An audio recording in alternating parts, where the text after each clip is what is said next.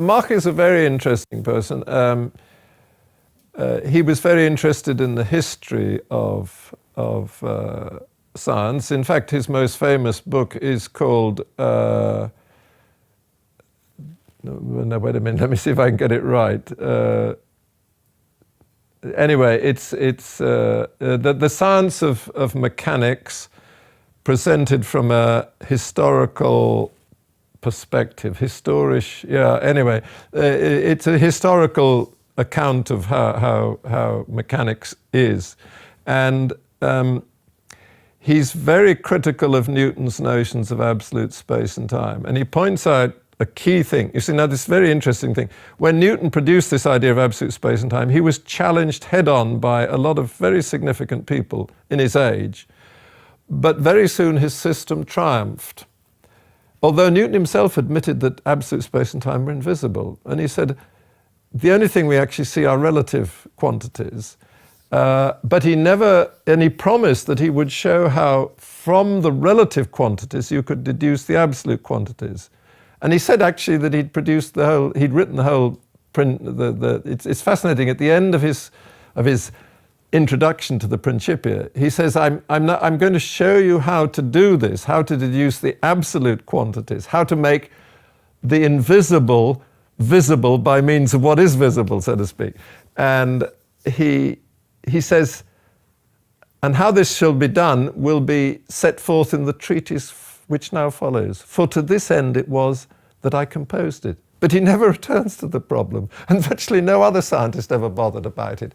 But how was it that then Newton was accepted? Well, the answer was the fixed stars and the rotation of the Earth, because the fixed stars gave the framework within which you could meaningfully talk about things moving in a straight line.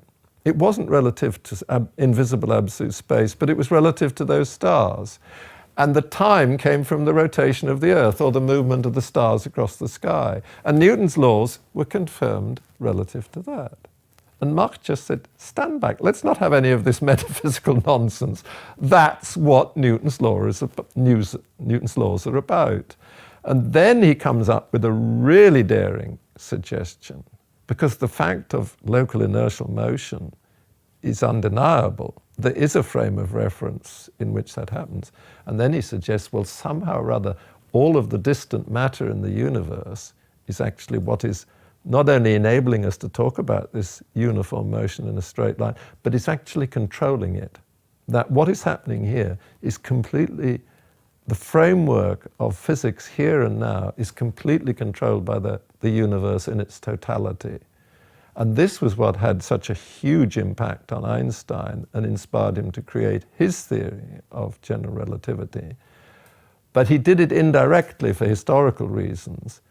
And he finished up by getting in a terrible muddle on the one really great idea that he wanted to implement. He was doing about 6 things at once when he created his theory, and he did 5 of them absolutely brilliantly, and that's what led him to his theory.